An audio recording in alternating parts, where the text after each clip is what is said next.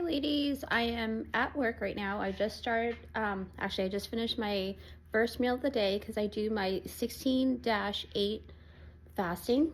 So that's 16 hours straight of fasting. And then so when I wake up by 10 o'clock, I usually have my first meal. I have 2 meals a day. And then if I have time during the weekday, I will have some nuts and cheese in between, like only one time. So technically 2 big meals and 1 small little snack. But yeah, do you like my pin? This is introvert, if I could reverse that, but yeah. Anyways, this is going to be the first portion. I'm going to start my day soon, so a client's coming in for a gel mani. I don't do any extras, I don't do any extensions or anything, so I keep it really simple. And this is my sister and my brother's shop, so we're gonna start our day, and this is how we normally do. So if you have like a regular 9 to 5 job, that also works for the hours that we do. They my siblings, they do like the OMAD, which is 1 meal a day. I can't do that personally. I can do I'm an eater. I eat, no, they eat a lot too, but they eat very, like, they really jam pack their vitamins and minerals. So I will guide you on that later on, but right now I just want to kind of give you a day in my life kind of thing. Okay, ladies, so basically, don't mind, we're very busy outside right now. I'm in the lunchroom of my, where I work. So I just want to show you how my lunch is. So basically, I do not the OMAD, the 16-8, 16 hours straight fasting, starting at 6 p.m. all the way to 10 a.m. Sometimes sooner. I adjust it accordingly. So if I stop at 5, I start eating after 9 kind of deal. So basically, I learned from my sister that the best bread to eat is actually, believe it or not, it is sourdough, okay? And when you actually freeze the sourdough, and I don't really know the whole like science term for it, but what it does, it actually cuts out about like a third of the carb or something like that. Don't quote me on it, but I do know that it does do something like that when you do freeze the sourdough. And once it's frozen, and then you just thaw it one at a time, or however many that you need to eat for the day, that actually helps cut out carbs, and you keep all the good stuff, because basically this is basically like what is it called, a probiotic, because sourdough takes a couple of days to ferment. So anything that is fermented, it actually helps with the gut, and that's where a big huge majority of your immune system lies. So it's very good to have that. Now I'm only showing, I'm not sponsored as always, I don't really work with any companies right now, but this is to show you what my favorites are and what my sister's favorite is. So sourdough, we eat that, and then we also like the olive tapenade hummus. I'm a vegetarian, so hummus has a lot of chickpeas and sesame oil and things like that, and that's really good for me to be able to keep my bones strong. And another probiotic is actually Parmesan cheese. So I know that I'll talk more in another episode where milk isn't really like the greatest if it's like pasteurized milk, but that's another story.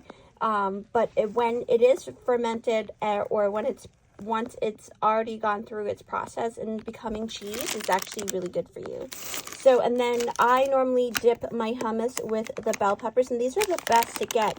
The mini peppers are so convenient. You just rinse it, right, clean, and then you get all the different vitamins and things like that. Bell peppers are very good for your health. And then also, remember I said that last night I made the drunken eggs. Not the best tasting one that I made so far, but it's very simple. It looks kind of icky, but it's really good. You can eat it with rice or bread or whatever. It's hard-boiled eggs with scallions, garlic, sweet soy sauce, olive oil, garlic powder. And you just basically eat that for protein, because I am a vegetarian, so I need all the protein that I can get. And I swear by nuts. I never used to be a nut person, but because of the phase that I'm going through with the perimenopause, I make sure that I take up a lot of nuts so that I can, really fight off whatever. So here it is. I love the lightly salted one because I don't want high blood pressure. So pistachio, what I normally do is, the greatest thing to do is get the different nuts. I get the pecans, which is good for your brain. The walnuts are also good for your brain. So I mix these 3, and then I put a little bit of Parmesan cheese in it, and it's the best mix ever, and I totally recommend that. So that's my lunch for today. I normally eat around 10 a.m., and then I stop eating up until the end of the day. Our place closes around 7ish, but I stop eating, and I make sure I'm very diligent about it. I stop eating around 5:30, so I start eating at 5, and that's mostly what consists of my meal. I also drink kombucha, and that's probiotic as well, and I have a black coffee. Yep. Okay, don't mind the glare on the phone because I am here. I don't normally have to pick up my daughter in the middle of the day, but she has after school program today, and so she there is no bus that takes her home from there. So with that said, I am here waiting for her to come out, since this is a day in my life kind of video. So I just wanted to touch base on like the types of pains that I'd be getting, you know, during this phase of my perimenopause. And I know that this channel is not just about the perimenopause, and it's really, but I want to really emphasize is only because, you know, I think a lot of people don't really understand that we go through so much. Like as women, we go through so much, and that's not to say that other, you know, genders, like the men go through a lot too, but I'm just saying sometimes you don't think twice about it. You see, you know, middle-aged women walking by, you think that they're doing great, but in actuality, they're probably in extreme pain because as of right now, my body is like throbbing pain. Also because I'm exercising to make sure that my bones are okay, my muscles are going to be working great for me. But again, I am new on this journey in terms of like taking better care of myself, so it is, it's pretty taxing on my body, but every morning now, oh my gosh, dude, I am waking up with extreme, like, fatigue, because my body is just overworked during sleep. I'm getting hot flashes like crazy, and like I said, you know, I do share a room with my daughter at this moment. Things will be different, because she is moving to her dad's, this summer, but she is a mover when she sleeps, and her blanket falls on top of me, so I'm already getting a double dose of like my blanket and her blanket on top of me, and I have to wake up and put it back on her. So it's a lot. It's a lot on my you know, my glands and stuff. I'm sweating profusely. And then when I wake up, it's like, oh, my body is so crampy, and I'm like, this is weird. Even on days that I'm not working out, like, why is my body hurting so badly? And then I have to remind myself, like, this is part of perimenopause, this is part of the transition. So for women, you guys I love you guys so much, because I hardly ever hear about us complaining a lot about it. Like we're more vocal about it now, which we have every right to be more vocal, and I am a huge advocate for communication. So I think that that's a great idea that we are communicating it. But the sheer fact that we don't hear a lot of ladies complaining about their aches and pains, even though internally we are feeling it, we're in the thick of it, and we don't really do that. And I feel like, you know, we should pat ourselves on the back for like just being troopers, you know, being warriors every single day, come on, day in, day out. We do our work. We make sure that the world runs in a smooth panel, you know. And I don't think that we get credit enough. And this is a video dedicated to not just showing you my vegetarian / living in perimenopausal phase lifestyle, but it's also an homage, whatever that word is, to women. Like we go through so much, and we still can manage. So I think that, you know, yeah.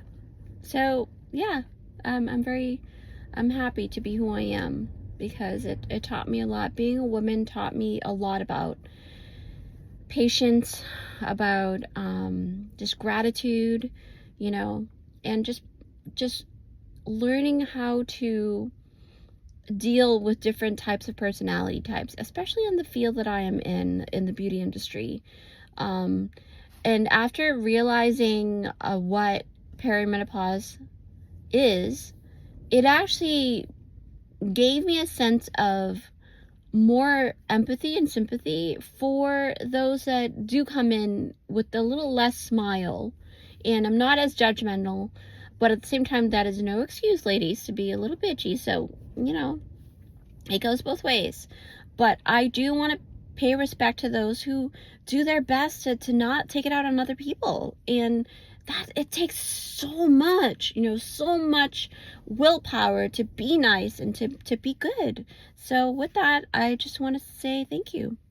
Okay. All right, ladies, I'm just showing you what I do because it is time for me. I have to take supplements because after my blood work, my full CDC blood work, whatever you call that, I forgot what it's called, but it's like a full panel blood work to make sure to check to see if my bone density and things like that and my blood is enough to keep me healthy.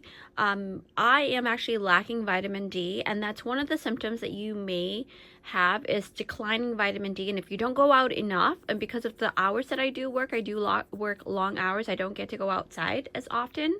I do recommend, you know, ask your doctor what they recommend for you. But this is what I do, okay?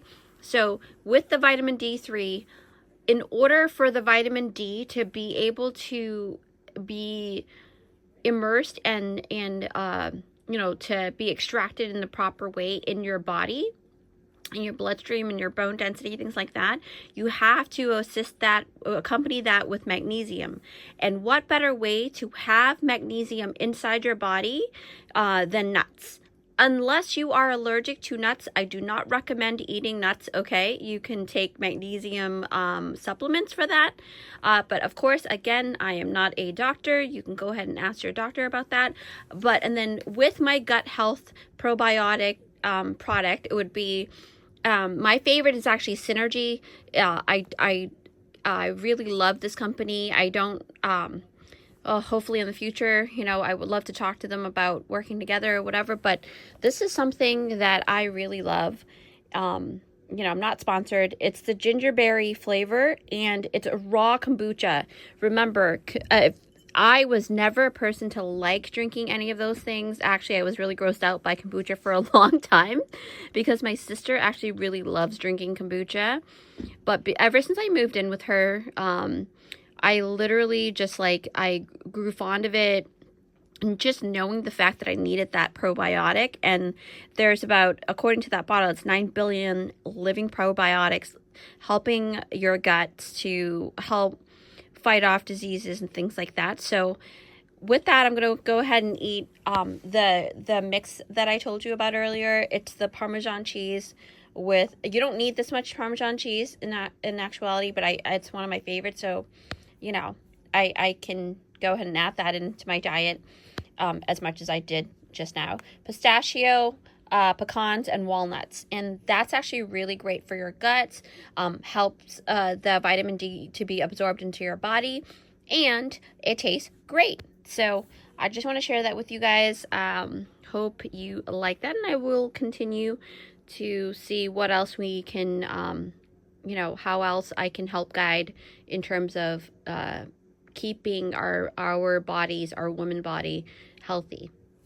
So ladies, yeah, so it is about 3 o'clock-ish. Like, this is about the time that I would eat my afternoon snack. So what I do is I have breakfast and I skip my lunch. I don't eat like a full lunch. I just eat nuts and my vitamins and my kombucha. And then later on today, like around 5-ish, I will have my dinner, and that will be done for the day. Because remember, I am doing the 16-8 fasting, so 16 hours straight fasting, and then 8 hours window time of eating time.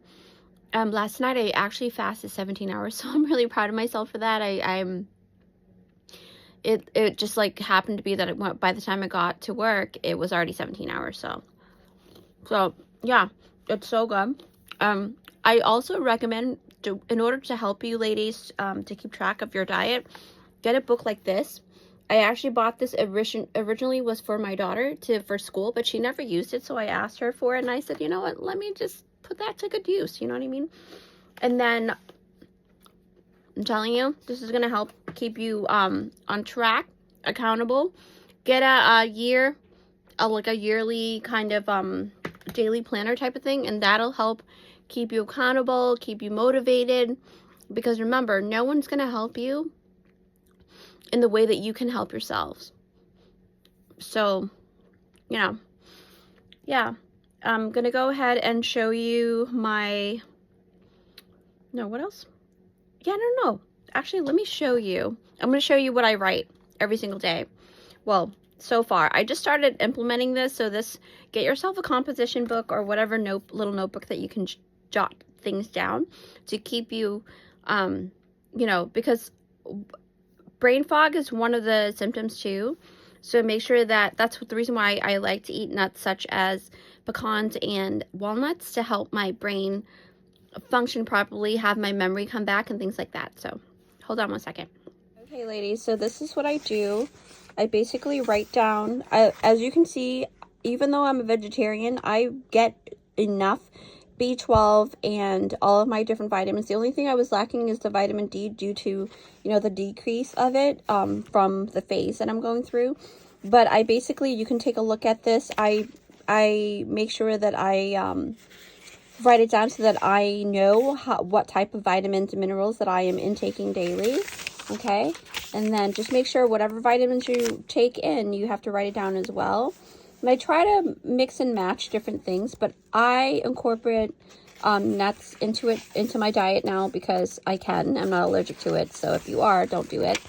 And then I will have to write down today's food, but I just wanted to share with you ladies or guys, whoever is watching, because I know that a lot of times perimenopause and menopause affects everybody around the people that are going through it. So it's really a great idea to kind of learn about how it affects the loved one that is going through it and vice versa.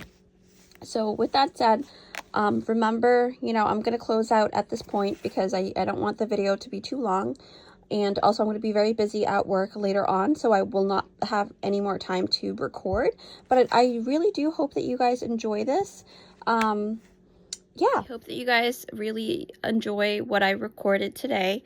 I hope that it helps you on your journey to better health and better, you know, physical, mental, and spiritual health, and sacred health as well. Remember that you are so sacred and loving, and you deserve all the good things, okay? You deserve love, life, and respect. So with that said, please tune in to my next episode. I don't know what the topic will be yet, but I am so happy to have started this because I feel like it's going to help us to navigate on this very rocky road that we're all going through right now. And that's, you know, just like men have what's called band of brothers, we have a band of sisters and sisterhood that we can go ahead and cultivate together. So that's the purpose of my channel today. I really, really love you guys. I want us to thrive, okay? So with that said, I'll see you in my next one. Bye.